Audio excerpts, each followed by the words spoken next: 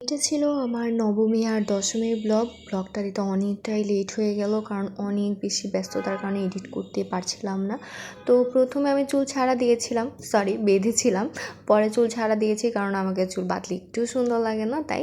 তো মা পুজো দেখতে পারিনি অসুস্থতার জন্য, তো সেই জন্য মাকে নিয়ে নবমীর দিন বের হয়েছিলাম, মা, পিসি আর আমরা একটু আশেপাশে কয়েকটা মণ্ডপ দেখে তারপর আবার বাসায় চলে যাব, যেহেতু মা অসুস্থ, হাঁটতেও পারছে না। তো সেজন্য এই যে এখানে মণ্ডপগুলো আমি আগেই দেখেছিলাম, কিন্তু ওই দিন মাকে নিয়ে এসেছিলাম আবার এই মণ্ডপগুলো দেখতে। আর পুজো দেখতে আসলে অবশ্যই তো ফুচকা খেতেই হবে, আর আমার তো শুধু ফুচকাই হবে না, সেজন্য আমি ফুচকার সাথে চটপটিও খাবো। তারপরে চলে গেলাম আমাদের পাড়ার যে পুজোটা ছিল সেখানে আবার মাকে দর্শন করার জন্য। আর তারপরে চলে যাই দশমীতে, কারণ এর মাঝখানে আর ভিডিও ক্লিপ নেওয়া হয়নি। তো এই যে দশমীর দিন আমরা এখানে চলে আসি, আর তখন সবাইকে গাড়িতে তুলতেছিল সেটা দেখতেছিলাম। অসুর বাবাজিকেও চ্যাংদোলা করে এখন গাড়িতে তুলে দেওয়া হলো, আর এই যে দুর্গা মাকে নিয়ে যাওয়া হচ্ছে। দেখতে দেখতে পুজোও শেষ হয়ে গেল, পুজোর আমেজ ছিল এতদিন, তারপর পুজো আসলো, আর দেখতে দেখতে পুজোও শেষ।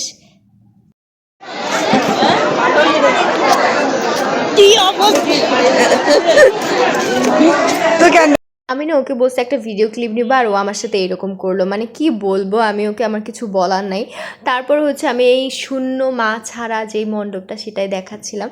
তারপরে এই যে দেখেন ওর মাথা দিয়ে আগুন বেরোচ্ছে, সবার মাথা দিয়ে আগুন তুলে এখন ওর মাথা দিয়ে আগুন বেরোচ্ছে। আর ধুনুচি নিয়ে একটু ঢং করলাম, ঢং করা শেষ হলে এরপর গিয়ে এখন আমরা চলে যাব সামনের দিকে রাস্তায়, কারণ ওখান দিয়ে সব প্রতিমাকে নিয়ে যাবে, যেটা দেখবো। আর মনিকেও তখন দেখলাম এখানে চলে এসেছে প্রতিমা দেখার জন্য। এই যে আমার ঘরের মধ্যে চুল কালাম চলতেছে, আমার মাথা আমি বুঝতে পারছি না কোথায় আমি